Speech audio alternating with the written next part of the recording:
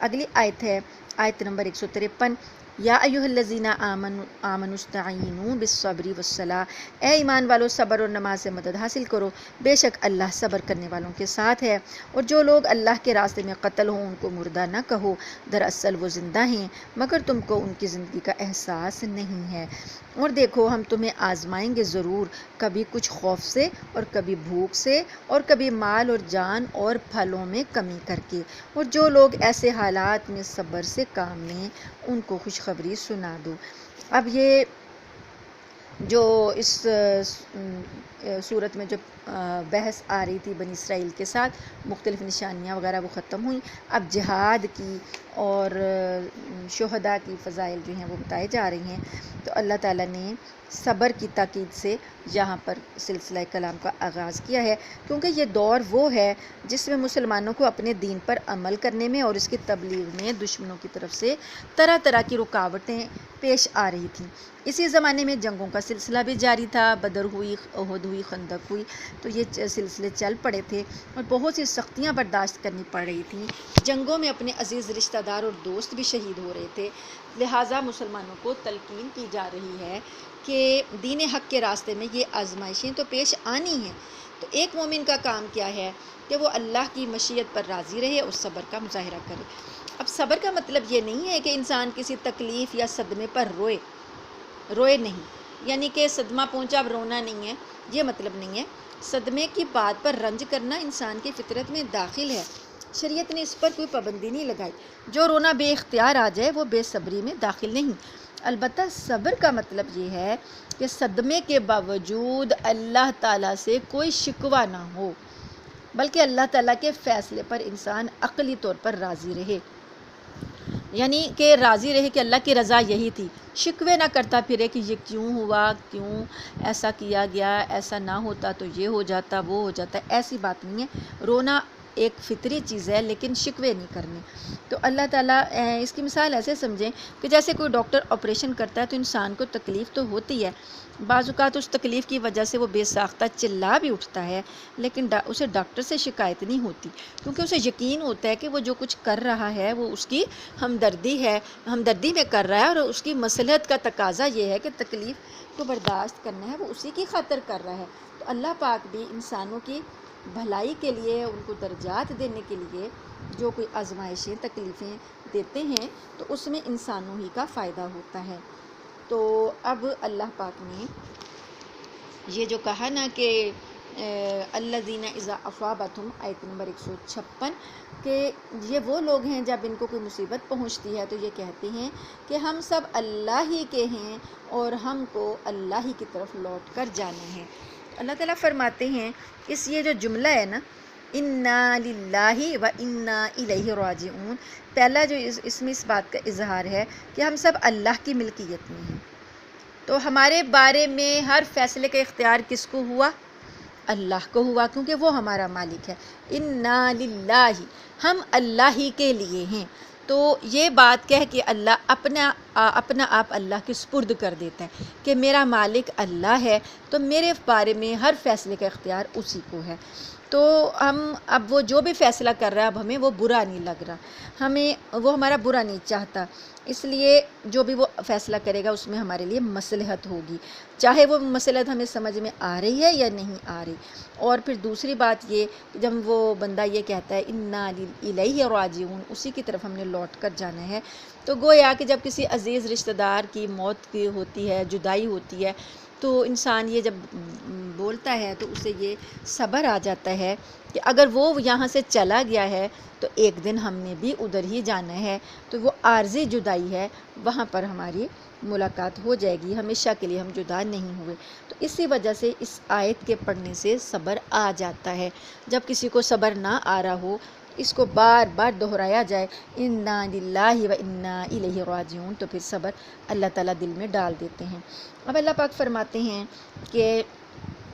جو لوگ یہ کام کریں، صبر اختیار کریں گے، ان کے لیے درجہ کیا ہے، یہ وہ لوگ ہیں جن پر ان کے پروردگار کی طرف سے خصوصی عنایات ہیں، صلوات من ربہم، اللہ کی طرف سے خصوصی عنایات ہے، ورحمہ اور رحمت ہے، واولئک هم المہتدون اور یہی لوگ ہدایت پر ہیں، یعنی جو صبر کا دامن تھامتے ہیں وہی ہدایت پر ہیں۔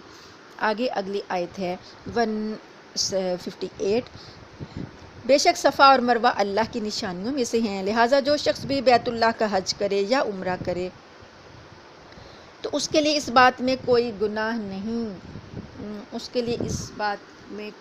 گناہ نہیں ہے کہ وہ ان کے درمیان چکر لگائے، اور جو شخص خوشی سے کوئی بھلائی کا کام کرے تو اللہ یقیناً قدردان اور جاننے والا ہے۔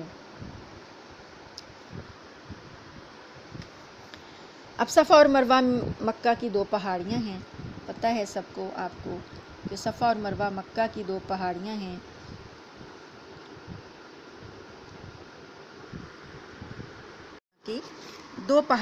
جب ابراہیم علیہ السلام اپنی اہلیہ حضرت ہاجرہ کو اپنے دودھ پیتے صاحبزادے اسماعیل علیہ السلام کے ساتھ چھوڑ کر گئے تو حضرت ہاجرہ پانی کی تلاش میں ان پہاڑیوں کے درمیان دوڑی تھیں۔ حج اور عمرے میں اللہ تعالیٰ نے ان کے درمیان سعی کرنا واجب قرار دیا ہے، اگرچہ سعی واجب ہے مگر یہاں لفظ آیا ہے فلا جناح علیہ، یہ کوئی گناہ نہیں ان یطوف بہما کہ ان دونوں کو طواف کیا جائے۔ تو یہ الفاظ اس لیے فرمائے گئے کہ زمانہ جاہلیت میں یہاں دو بت رکھ دیے گئے تھے جو اگرچہ بعد میں ہٹا لیے گئے تھے، مگر بعض صحابہ کو یہ شک ہوا کہ شاید ان پہاڑیوں کے درمیان دوڑنا جاہلیت کی نشانی ہونے کی وجہ سے گناہ ہو، تو آیت نے یہ شک دور کر دیا کہ یہ حکم جو ہے یہ اللہ تعالیٰ نے دیا ہے، اس میں گناہ والی کوئی بات نہیں ہے، وہ بتوں کا جو تصور ہے وہ ختم کر دیا گیا ہے۔ اللہ تعالیٰ فرماتے ہیں کہ اللہ تعالیٰ جو ہے شاکر علیم، قدردان ہے، جو کوئی بھلائی کرتا ہے اللہ تعالیٰ اس کی قدر کرتا ہے اور جاننے والا ہے کہ نیتوں میں کیا ہے۔ نیت جو ہے وہ اللہ کا حکم پورا کرنا ہے، وہ بتوں والی نیت یہاں نہیں ہے۔ اگلی آیت ہے 159، بے شک وہ لوگ جو ہماری نازل کی ہوئی روشن دلیلوں اور ہدایت کو چھپاتے ہیں باوجود یہ کہ ہم انہیں کتاب میں کھول کھول کر لوگوں کے لیے بیان کر چکے ہیں، تو ایسے لوگوں پر اللہ بھی لعنت بھیجتا ہے اور دوسرے لعنت کرنے والے بھی لعنت بھیجتے ہیں۔ ہاں وہ لوگ جنہوں نے توبہ کر لی ہو اور اپنی اصلاح کر لی ہو اور چھپائی ہوئی باتوں کو کھول کھول کر بیان کر دیا ہو تو میں ایسے لوگوں کی توبہ قبول کر لیتا ہوں، وَأَنَا التَّوَّابُ الرَّحِيمُ، اور میں توبہ قبول کرنے کا خوگر ہوں اور بڑا ہی رحمت کرنے والا ہوں۔ اب اشارتاً یہاں پر یہودیوں اور عیسائیوں کو بتایا گیا کہ یہ لوگ حق چھپاتے ہیں نا، انہوں نے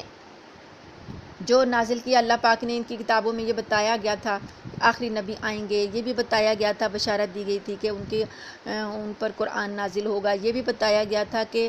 ان کا قبلہ جو ہے وہ خانہ کعبہ ہوگا، پھر بھی یہ چھپا رہے ہیں، پھر بھی یہ ہٹ دھرمی کا اظہار کر رہے ہیں۔ تو اللہ تعالیٰ فرماتے ہیں کہ ایسے لوگوں پر اللہ بھی لعنت کرتا ہے اور کائنات میں لعنت کرنے والے بھی ان پر لعنت کرتے ہیں، لیکن اگر کوئی توبہ کر لے تو اللہ تعالیٰ بہت توبہ قبول کرنے والے ہیں۔ اگلی آیت ہے 161، بے شک وہ لوگ جنہوں نے کفر اختیار کیا اور کافر ہونے کی حالت میں ہی مر گئے ان پر اللہ کی اور فرشتوں کی اور سارے انسانوں کی لعنت ہے۔ کفر کی حالت میں مرنا جو ہے وہ بھی لعنت کا سبب ہے، اللہ بھی، فرشتے بھی اور تمام انسان جو ہیں کافروں پر لعنت کرتے ہیں، یعنی خالدین فیہا، وہ ہمیشہ اس میں رہیں گے اسی پھٹکار میں، اور لا یخفف عنہم العذاب ولا هم ینظرون، ان پر سے عذاب کو ہلکا نہیں کیا جائے گا اور نہ ان کو مہلت دی جائے گی۔ تو کفر جو ہے کس قدر بڑی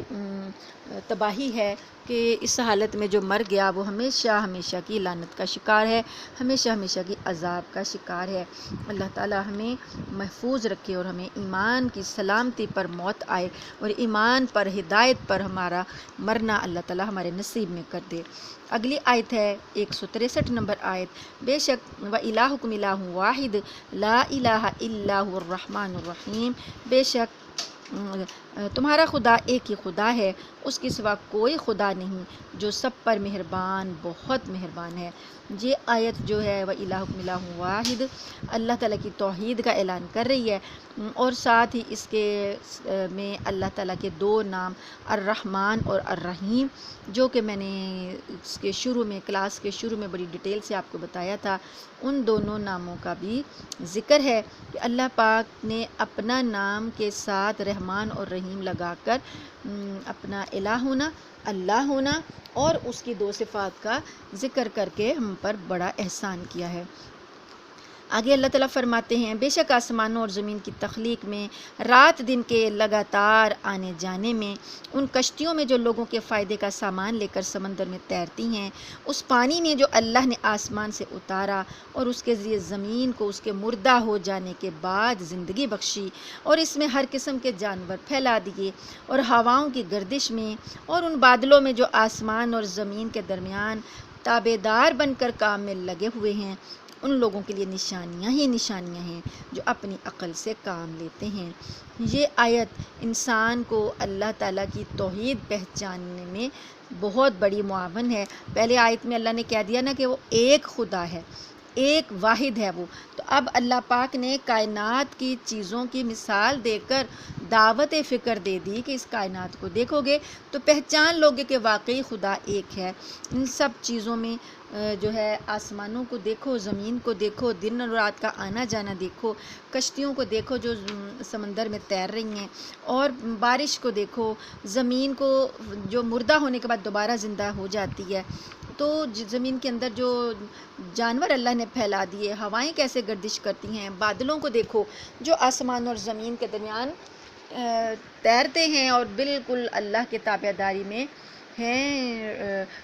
ایسے ہیں، کام میں لگے ہوئے ہیں۔ تو یہ نشانیاں دیکھ کر کیا اللہ کے وجود کا اور اللہ کے ایک ہونے کا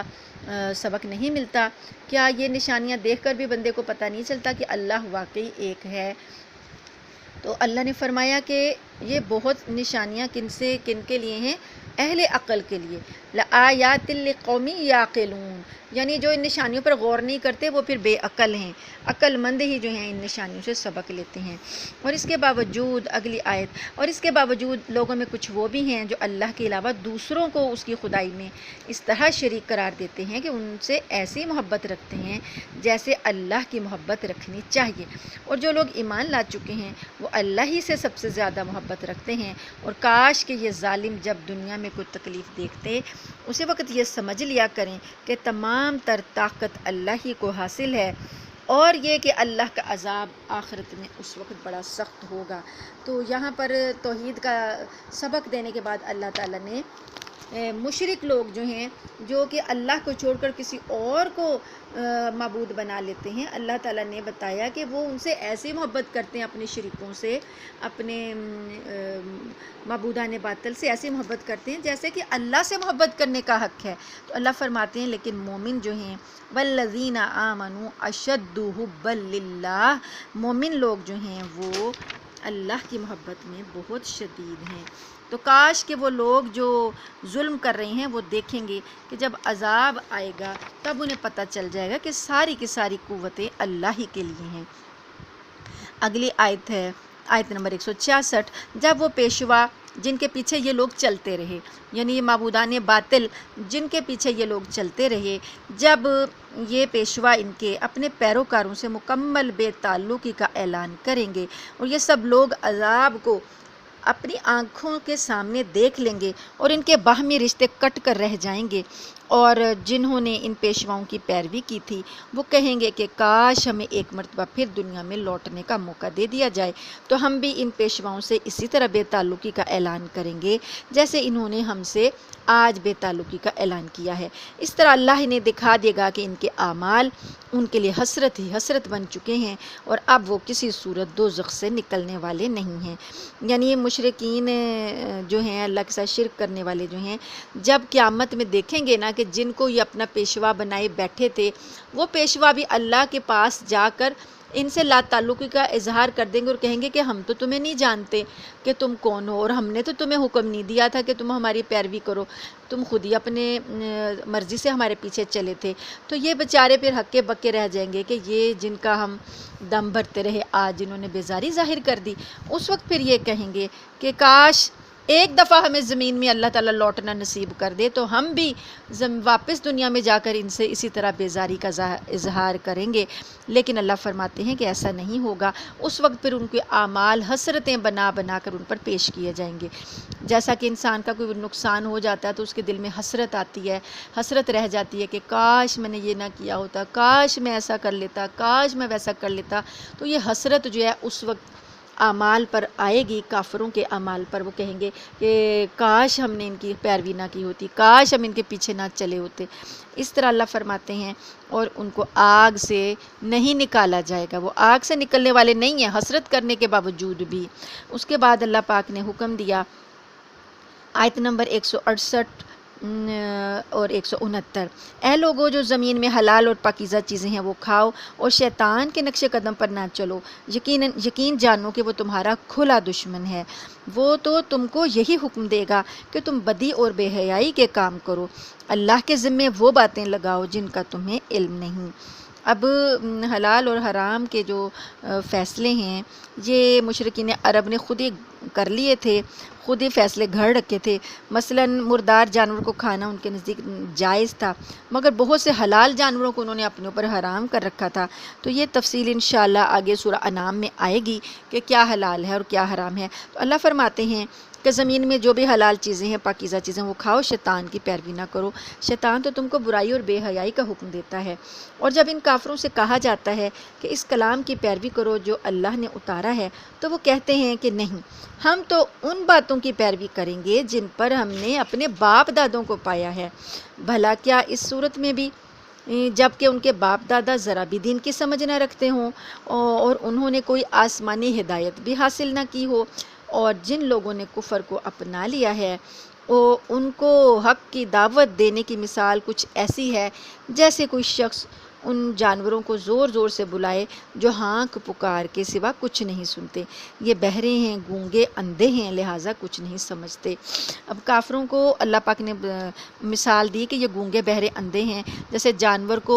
جتنا مرضی بلاؤ تو اسے تو یہی پتہ چلتا نا کہ انہیں ہانک رہا ہے، اور تو انہیں کچھ پتہ نہیں چلتا نا۔ اسی طرح یہ بھی ہیں کہ انہیں کچھ بھی بتاؤ یہ ایسے گونگے بہرے ہیں کہ انہیں کچھ سمجھ میں نہیں آتا۔ اس کے بعد اللہ پاک دوبارہ فرما رہے ہیں، اے ایمان والو، جو پاکیزہ چیزیں ہم نے تمہیں رزق کے طور پر عطا کی ہیں ان میں سے جو چاہو کھاؤ اور اللہ کا شکر ادا کرو، اگر واقعی تم صرف اسی کی بندگی کرتے ہو۔ اس نے تو تمہارے لیے بس مردار جانور، یعنی مردہ جو ہے، جو مر گیا ہے، وہ جانور، خون، بہتا ہوا خون جو ہے، اور سور کا گوشت حرام کیا ہے، یعنی یہ 3 واضح لفظ ہیں جو کہ حرام کراتی ہیں۔ نیز وہ جانور جن پر اللہ کی سوا کسی اور کا نام پکارا گیا ہو، ہاں اگر کوئی شخص انتہائی مجبوری کی حالت میں ہو اور ان چیزوں میں سے کچھ کھا لے، جبکہ اس کا مقصد نہ تو لذت حاصل کرنا ہے اور نہ حد سے آگے بڑھنا ہے، تو اس پر کوئی گناہ نہیں، یقیناً اللہ بہت بخشنے والا، بڑا مہربان ہے۔ اب جو چیزیں اللہ نے حرام کی ہیں نا، ان میں سے اللہ پاک نے مردہ، یعنی مردار جو ہے، مر گیا، اور اس میں چاہے وہ پہلے حلال ہی تھا، مثلاً بکرا، گائے وغیرہ حلال ہیں، جو حلال چیزیں ہیں اگر وہ بھی مر گئی ہیں، ذبح کیے بغیر ان کی موت ہو گئی ہے، تو وہ بھی حرام ہیں، ٹھیک ہے۔ بہتا ہوا خون جو ہے، ذبح کرتے وقت جو نکلتا ہے وہ، یا جیسا بھی خون ہے، جو خون جم جاتا ہے، جمے ہوئے خون کی مثال کیا ہے؟ کلیجی ہے، تو یہ حلال ہے، باقی بہتے ہوئے خون جو ہے وہ حرام ہے۔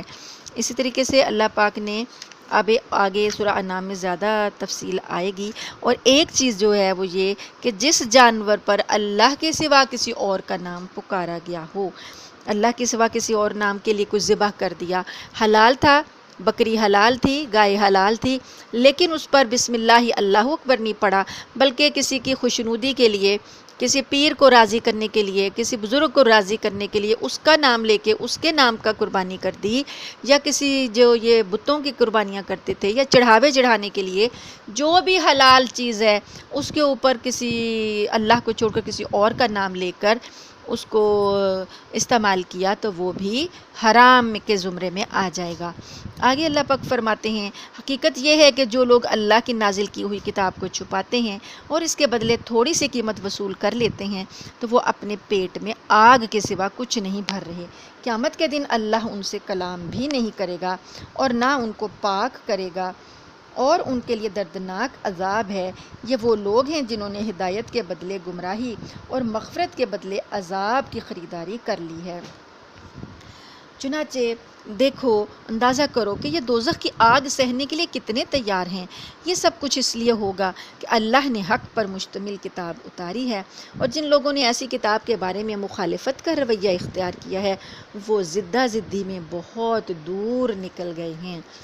اب اللہ کی کتاب کو بیچنا، اس کے احکامات کو چھپا لینا، اس کے بدلے تھوڑی قیمت وصول کرنا کیا ہے؟ اپنے پیٹ میں آگ بھرنا ہے۔ اللہ پاک نے ان کے لیے 3 سزائیں بتائیں کہ ایک یہ کہ قیامت کے دن اللہ ان سے بالکل کلام نہیں کرے گا، ایسے لوگوں سے، اور اللہ ان کو پاک نہیں کرے گا۔ کچھ گناہ گاروں کو اللہ پاک کرے گا نا عذاب دینے کے بعد، یعنی ان کے گناہوں کی سزا دینے کے بعد وہ پاک ہو جائیں گے، اس کے بعد جنت میں ان کو بھیج دیا جائے گا۔ اللہ فرماتے ہیں اللہ ان کو پاک نہیں کرے گا اور ان کے لیے دردناک عذاب ہے۔ تو جو لوگ یہ گمراہیاں خریدتے ہیں تو اللہ تعالیٰ یہ فرماتے ہیں کہ دیکھو یہ کتنے دلیر ہیں عذاب کے لیے، کتنے دلیر ہیں، انہوں نے آگ پر کیسا صبر کر لیا۔ فما اصبرهم علی النار، کیسا ان کا حوصلہ ہے کہ یہ آگ کے اوپر صبر کر کے بیٹھ گئے کہ انہیں آگ میں جلنا ہے تو انہیں منظور ہے۔ اگلی آیت ہے آیت نمبر 177، اسے آیت بر کہا جاتا ہے۔ لیس البر ان تولوا وجوہکم قبل المشرق والمغرب، نیکی بس یہی تو نہیں ہے کہ اپنے چہرے مشرق یا مغرب کی طرف کر لو، بلکہ نیکی یہ ہے کہ لوگ اللہ پر، آخرت کے دن پر، فرشتوں پر اور اللہ کی کتابوں اور اس کے نبیوں پر ایمان لائیں، اور اللہ کی محبت میں اپنا مال رشتہ داروں، یتیموں، مسکینوں، مسافروں اور سائلوں کو دیں، اور غلاموں کو آزاد کرانے میں خرچ کریں، اور نماز قائم کریں اور زکوٰۃ ادا کریں، اور جب کوئی عہد کر لیں تو اپنے عہد کو پورا کرنے کے عادی ہوں، اور تنگی اور تکلیف میں اور نیز جنگ کے وقت صبر و استقلال کے خوگر ہوں۔ ایسے لوگ ہیں جو سچے کہلانے کے حقدار ہیں۔ اولئک الذین صدقوا، یہی لوگ سچے ہیں، واولئک هم المتقون، اور یہی جو ہیں تقوی والے ہیں، متقی لوگ ہیں۔ اب اس میں جو جتنی بھی نیکیاں ہیں، ایک ان میں ایمانیات اور ایک ارکان اسلام۔ ایمانیات میں کہ کس کس چیز پر ایمان رکھنا ہے وہ بھی اللہ نے بتا دیا، 5 ایمانیات ہیں وہ بھی اللہ نے بتا دیے، اور 5 ارکان اسلام ہیں وہ بھی یہاں پر بتا دیے۔ اس کے علاوہ مال کو خرچ کرنا، کہاں کہاں خرچ کرنا ہے، وہ ساری لسٹ ہے پوری کی پوری جو اللہ نے بتا دی۔ تو جو یہ کام کرے گا یہ نیکی کے کام ہیں۔ اگلی آیت ہے 178، اے ایمان والو، جو لوگ جان بوجھ کر ناحق قتل کر دیے جائیں ان کے بارے میں تم پر قصاص کا حکم فرض کر دیا گیا ہے۔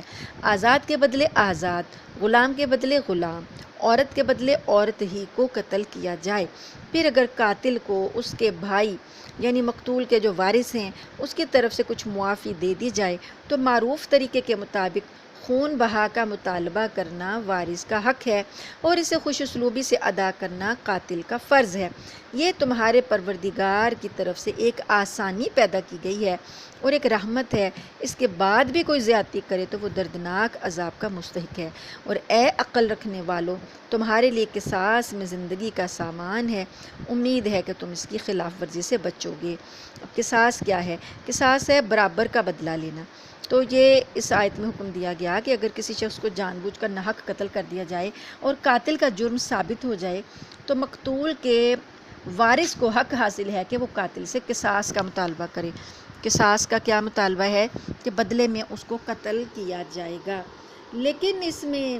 پہلے زمانے میں قصاص لیا جاتا تھا جاہلیت کے زمانے میں، لیکن اس میں ناانصافی یہ تھی، انہوں نے انسانوں کے مختلف درجے اپنے خیال میں بنائے ہوئے تھے، تو اس کے لحاظ سے اگر کوئی نچلے درجے کا کوئی شخص اونچے درجے کے کسی آدمی کو قتل کر دیتا تو ورثہ کا مطالبہ یہ ہوتا تھا کہ قاتل کی بجائے اس کے قبیلے کے کسی دوسرے آدمی کو قتل کیا جائے گا جو رتبے میں مقتول کے برابر ہوگا۔ مثلاً اگر کسی کا سردار قتل ہو، کسی نے کر دیا، تو اب دوسرے قبیلے کا سردار ہی قتل کیا جائے گا، تو جو قاتل ہے جس نے قتل کیا تھا وہ بچ جائے گا اور اس کے بدلے میں اس کے رتبے کے آدمی کو قتل کیا جائے گا۔ یہ انہوں نے جاہلیت کے زمانے میں یہ اس میں زیادتی کی ہوئی تھی۔ اور اگر کسی ایک غلام نے کسی آزاد آدمی کو قتل کر دیا تو مطالبہ یہ کرتے تھے مقتول کے ورثاء کہ چونکہ ہمارا آزاد بندہ مارا گیا تو غلام کو قتل نہیں کریں گے، تم لوگ بھی کوئی اپنا آزاد آدمی پیش کرو۔ اسی طریقے سے عورت اگر قتل ہو قاتل عورت ہوتی تو وہ کہتے کہ عورت کے بدلے عورت نہیں بلکہ ہم مرد ہی کو جو ہے قتل کریں گے۔ اس طرح کیا ہوتا تھا کہ قاتل عورت اور مقتول مرد وغیرہ جو تھے اپنے پاس انہوں نے جو بنا لیے تھے، اس سے کیا ہوتا تھا کہ نفرت پھیلتی تھی اور انصاف کے تقاضے پورے نہیں ہوتے تھے۔ اللہ پاک نے اس جاہلیت کی رسم کو ختم فرما دیا اور اعلان کیا کہ جان ہر ایک کی برابر ہے۔ یہ رتبے جو ہیں یہ صرف آپ کے دنیاوی لحاظ سے ہیں، جان ہر ایک کی برابر ہے، اور قصاص ہر صورت میں قاتل ہی سے لیا جائے گا۔ قتل کرنے والا قاتل جو ہے وہ ہی ہر صورت میں بدلہ دے گا، خواہ وہ مرد ہے، عورت ہے، غلام ہے یا آزاد ہے۔ تو بنی اسرائیل کے قانون میں قصاص تو تھا لیکن خون بہا کا، دیت کا تصور نہیں تھا۔ تو اللہ پاک نے مقتول کے ورثاء کو یہ حق دیا ہے، اگر وہ چاہیں تو قاتل کو معاف کر کے اس کے بدلے میں خون بہا یا دیت جس کو کہتے ہیں وہ لے لیں،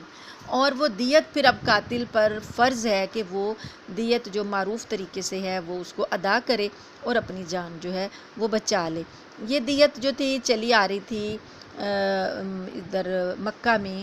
یعنی مشرکین میں، عربوں میں عام تھی کہ 100 اونٹ جو ہیں وہ ایک شخص کے قتل کا بدلہ جو ہے وہ تصور کیا جاتا تھا، 100 اونٹ دے دیے جاتے تھے اور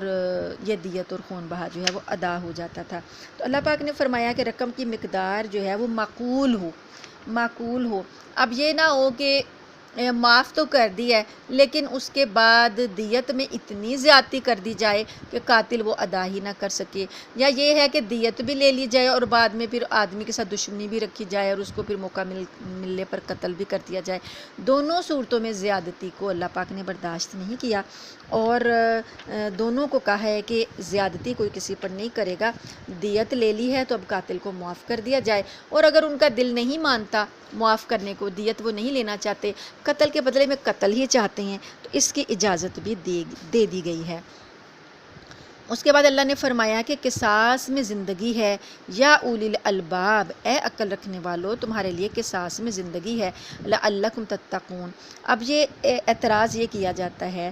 کہ ایک بندہ تو مر گیا، اب وہ واپس تو نہیں آئے گا، تو یہ کیسا قانون ہے کہ بدلے میں اس بندے کو مارا جائے، اب 2 جانیں ضائع کر دیں؟ تو اللہ نے فرمایا کہ یہ 2 جانیں ضائع نہیں ہوں گی، دوسری جان جو ہے وہ ضائع نہیں ہوگی بلکہ اس کو زندگی ملے گی۔ زندگی کیسے ملے گی کہ جب قتل کا بدلہ قتل ہوگا، بدلے میں جب ایک قاتل کو بھی قتل کی سزا ملے گی تو اس سے باقی انسانیت جو ہے وہ قتل سے محفوظ ہو جائے گی۔ اس لیے اللہ پاک نے فرمایا کہ قصاص میں زندگی ہے، اگر قاتل کو سزا نہ ملی تو کل کو کئی لوگ اور قتل ہو سکتے ہیں، آج اس قاتل کو سزا مل گئی تو باقی انسانیت جو ہے وہ زندگی پالے گی۔ تو اللہ فرماتے ہیں اے عقل رکھنے والو تاکہ تم ڈر جاؤ، بچ جاؤ، تمہیں یہ قصاص میں زندگی کا تصور دیا گیا ہے۔ آگے اگلی آیت میں 180 نمبر آیت میں حکم دیا گیا کہ تم پر فرض کر دیا گیا ہے کہ تم میں سے کوئی اپنے پیچھے مال چھوڑ کر جانے والا ہو تو جب اس کی موت کا وقت قریب آ جائے وہ اپنے والدین، قریبی رشتہ داروں کے حق میں دستور کے مطابق وصیت کرے۔ یہ متقی لوگوں کے ذمہ ایک لازمی حق ہے۔ مطلب یہ ہے کہ یہ آیت اس دور میں نازل ہوئی ہے جب کہ ابھی وارثوں کے حصے متعین نہیں کیے گئے تھے۔ اب تو قرآن نے وارثوں کے حصے بنا دیے ہیں نا، کہ بیوی کا 1/8 ہے، بیٹے کا 1/2 ہے، بیٹی کا 1 حصہ ہے، والدین کا 1/6 ہے، یعنی یہ حصے قرآن نے خود مقرر کر دیے ہیں۔ اب اس میں کوئی تبدیلی نہیں ہوگی، جتنا بھی وراثت ہوتا ہے، وارث ترکہ ہوتا ہے، ان حصوں کے حساب سے ان کو ڈیوائیڈ کر دیا جائے گا، تقسیم کر دیا جائے گا۔ تو اب یہ آیتیں بعد میں نازل ہوئی ہیں، پہلے یہ حکم نازل ہوا تھا، ابھی وارثوں کے حصے مقرر نہیں کیے گئے تھے، تو پھر ایسا پہلے یوں ہو رہا تھا نا کہ سارا ترکہ جو ہوتا تھا، آدمی مر جاتا، باپ مر جاتا تو بیٹوں کو سارا ورثہ جو تھا مل جاتا تھا۔ تو اللہ پاک نے مسلمانوں پر فرض کر دیا کہ جو بھی مرنے والا ہے وہ اپنے والدین کے حق میں اور دوسرے رشتہ داروں کے حق میں وصیت کر کے مرے، تاکہ بعد میں جھگڑا نہ ہو اور جس کی جیسی وصیت ہے ویسا دے دیا جائے گا۔ تو اس میں رشتہ داروں کا حق بھی رکھ دیا، والدین کا بھی رکھ دیا۔ اب اس آیت پر عمل کرنا جو ہے وہ ضروری نہیں ہے، اس کا حکم اب ختم ہو چکا ہے۔ اب صرف وصیت کی جائے گی تو صرف 1/3 کی، 1/3 کی 1/3 جو ہے اب اس کی وصیت کا حق انسان کو ہے، باقی حصے اللہ نے خود مقرر کر دیے ہیں، اب وصیت کرنے کی ضرورت نہیں ہے۔ اللہ پاک فرماتے ہیں اگلی آیت میں 181 نمبر آیت، پھر جو شخص اس وصیت کو سننے کے بعد اس میں کوئی تبدیلی کرے گا تو اس کا گناہ ان لوگوں پر ہوگا جو اس میں تبدیلی کریں گے۔ یقین رکھو کہ اللہ سب کچھ سنتا جانتا ہے۔ ہاں، اگر کسی شخص کو یہ اندیشہ ہو کہ کوئی وصیت کرنے والا بے جا طرفداری یا گناہ کا ارتکاب کر رہا ہے اور وہ متعلقہ آدمیوں کے درمیان صلح کرا دے تو اس پر کوئی گناہ نہیں، بے شک اللہ بہت بخشنے والا بڑا مہربان ہے۔ یعنی وصیت میں جو تبدیلی کرے گا اس کا گناہ ہوگا۔ ہاں، اگر کسی نے ناجائز وصیت کی ہے نا، یعنی ایک جائز حقدار تھا، اس کا حق مار دیا اور کسی کو زیادہ دے دیا، تو اب جس کو وصیت لکھوائی تھی، جس کے پاس وصیت رکھوائی تھی یا جس کو زبانی کی تھی، وہ شخص دیکھے کہ یہ آدمی تو گناہ کی وصیت کر گیا ہے، تو وہ پھر اس وصیت کی اصلاح کر سکتا ہے، ورنہ جو وصیت تبدیل کرے گا اسے گناہ ہوگا۔ اے ایمان والو، اگلی اب وہ آیت رمضان المبارک کی، جس کے پیش نظر کہ ہم نے یہ دورہ تفہیم القرآن رکھا ہے، جو برکتوں رحمتوں والا مہینہ ہم پر آنے والا ہے، اس کے استقبال کے لیے قرآن کو ہم نے پڑھنا شروع کیا ہے۔ اب وہ آیت آ رہی ہے، آیت نمبر 183، اے ایمان والو، یا ایھا الذین آمنوا کتب علیکم الصیام کما کتب علی الذین من قبلکم لعلکم تتقون، اے ایمان والو، تم پر روزے فرض کر دیے گئے ہیں جس طرح تم سے پہلے لوگوں پر فرض کیے گئے تھے، تاکہ تمہارے اندر تقوی پیدا ہو۔ اب یہ روزوں کی جو فرضیت کا سارا معاملہ ہے، جو تشریحات ہیں، یہ ایک انشاءاللہ الگ سے پورا ایک لیکچر جو ہے اس پر رکھا جائے گا رمضان سے کچھ دن پہلے، تو اس میں اس کی تشریحات جو ہیں وہ کی جائیں گی، فضائل وغیرہ سب اس میں بتائے جائیں گے، استقبال رمضان کے موضوع پر ایک لیکچر ہوگا، اس لیے آج یہاں پر میں اس کی تشریح نہیں کر رہی۔ اللہ تعالیٰ نے اس کا مقصد کیا رکھا ہے، بس یہ سمجھ لیں کہ روزے کا مقصد ہے لعلکم تتقون، تاکہ تمہارے اندر تقوی پیدا ہو۔ تقوی اللہ کا ڈر، اللہ کا خوف اور اللہ تعالیٰ کی ناراضگی سے بچ جانے کا نام تقوی ہے۔ اللہ فرماتے ہیں کہ ایام معدودات، یہ گنتی کے چند دن کے روزے ہیں، یعنی گنے چنے دن ہیں نا، 30 دن یا 29 دن، تو یہ چند دن ہیں گنتی کے، پس جو کوئی اگر تم میں سے بیمار ہو یا سفر پر ہو تو وہ دوسرے دنوں میں اتنی ہی تعداد پوری کر لے۔ تو یہ گنتی جو ہے پوری کرنی ہوگی، اگر کسی وجہ سے روزے چھوٹ جاتے ہیں، بیماری سے یا کوئی سفر درپیش ہے، تو بعد میں یہ گنتی پوری کر کے قضا پوری کر لے۔ اور جو لوگ اس کی طاقت رکھتے ہوں، روزہ رکھنے کی یعنی طاقت رکھتے ہوں، ان کے ذمہ یہ ہے کہ وہ ایک مسکین کو کھانا کھلا کر روزے کا فدیہ ادا کر دیں۔ اس کے علاوہ اگر کوئی شخص اپنی خوشی سے نیکی کرے تو یہ اس کے حق میں بہتر ہے، اور اگر تم کو سمجھ ہو تو روزے رکھنے میں تمہارے لیے زیادہ بہتری ہے۔ اب یہاں پر اللہ پاک نے کہ روزہ رکھنا جو ہے وہ بہتر ہے، یہ کہہ کر یہ بتا دیا کہ آسانی دی گئی ہے، یعنی نہایت ضعیف لوگ ہیں جو روزہ نہیں رکھ سکتے، بیمار ہیں جو روزہ نہیں رکھ سکتے، ان کو دیا گیا ہے حکم کہ وہ روزہ چھوڑ سکتے ہیں اور فدیہ ادا کر سکتے ہیں۔ فدیہ کیا ہے کہ طعام مسکین، ایک مسکین کا کھانا، یعنی ایک اوسط درجے کا کھانا، جیسے اب ہم سحری اور افطاری میں 2 ٹائم جو کھانا کھا کے روزہ رکھتے ہیں، ایسے ہی اپنا جب فدیہ دینا ہوگا تو ایک مسکین کو اسی طرح 2 ٹائم کا کھانا جو ہے اوسط درجے کا وہ دے دیا جائے گا، تو وہ فدیہ ادا ہو جائے گا۔ یہ اس شخص کے لیے ہے کہ جس کے اندر روزہ رکھنے کی بالکل بھی طاقت نہیں ہے، اور یہ بھی نہیں ہے کہ آگے صحت کی بھی کوئی امید نہیں ہے کہ ابھی وہ بیماری کی حالت میں چھوڑ رہا ہے تو چلو بعد میں صحت ہوگی تو رکھ لے گا۔ مثلا جو ضعیف زیادہ ہو جاتے ہیں اور ان کا ذوف آگے بڑھنا ہی ہے، گھٹنا تو نہیں ہے، تو اس لیے ان کو فدیہ ساتھ ساتھ دے دینا چاہیے۔ لیکن اگر کوئی شخص یہ امید رکھتا ہے کہ میں اس سال نہیں اگر رکھ پایا اور بعد میں رکھ لوں گا، تو اس کو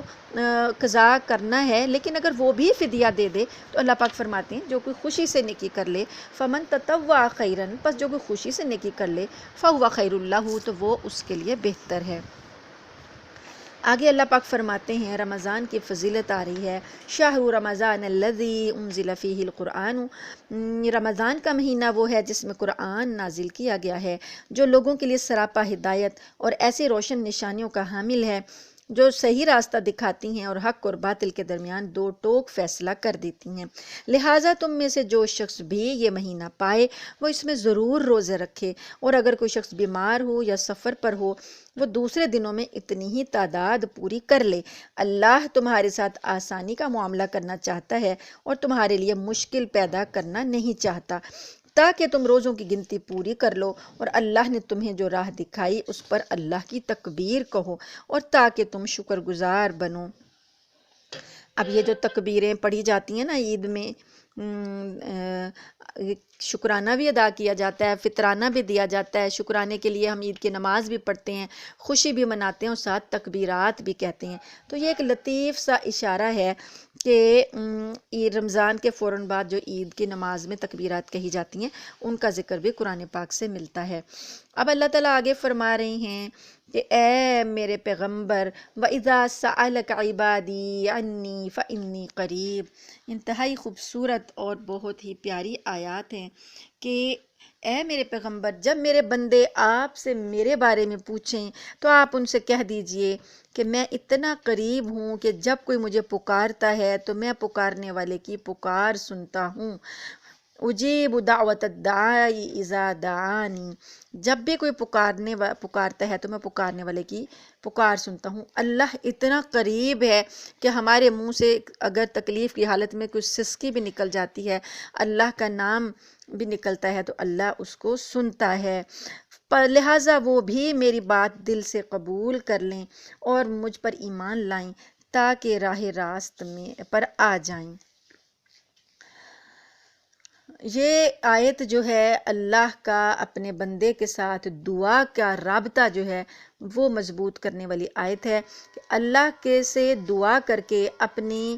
پکار جو ہے وہ اللہ کو سنائی جائے۔ اور یہ آیت ان تمام عقائد کی بھی تردید کر دیتی ہے کہ جو کہتے ہیں کہ بھئی اللہ جو ہے فلاں کی سنتا ہے اور ہماری نہیں سنتا، اللہ سب کی سنتا ہے۔ اللہ فرماتے ہیں جب بھی کوئی مجھے پکارتا ہے میں اس پکارنے والے کی پکار کو سنتا ہوں۔ اب آگے اللہ تعالیٰ یہ بھی فرما رہے ہیں کہ یہ رکوع پورا کر لوں تو انشاءاللہ پھر ہمارا حدیث کا ٹیسٹ ہوگا، یہ رکوع ذرا پورا ہو جائے۔ آگے اللہ پاک فرماتے ہیں تمہارے لیے حلال کر دیا گیا ہے کہ روزوں کی رات میں تم اپنی بیویوں سے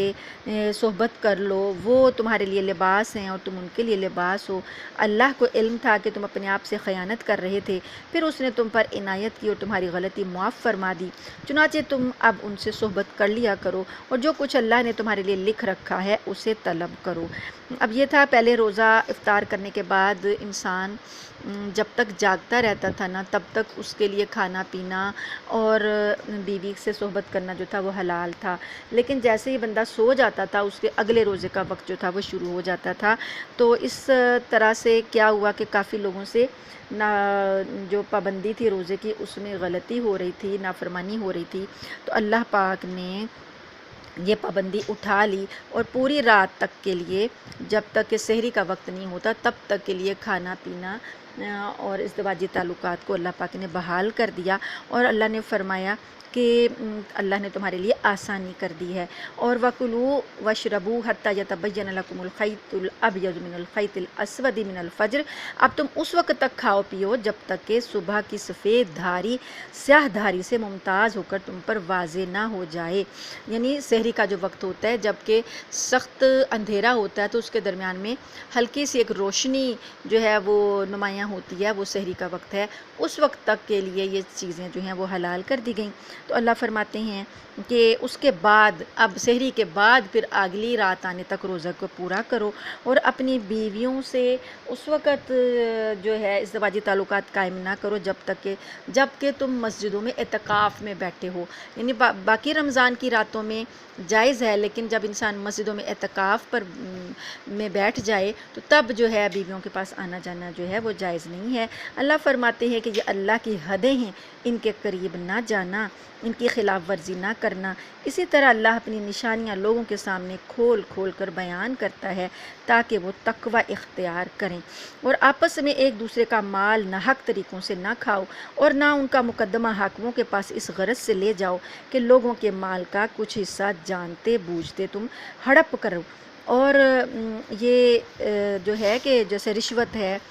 کوئی کام جائز بھی ہم نے کروانا ہے تو وہ آفیسز میں، دفتروں میں جا کر مال دینا پڑتا ہے نچلے طبقے کو کہ وہ ہماری درخواست جو ہے وہ اوپر تک پہنچا دیں، تو گویا یہ مال کہاں جا رہا ہے، ناجائز طریقے سے لوگوں کا مال ہڑپ کر کے حاکموں تک آپس میں پھر یہ بانٹ لیتے ہیں، اوپر تک سارا عملہ بانٹ لیتا ہے۔ تو اللہ فرماتے ہیں کہ ایسے باطل طریقے سے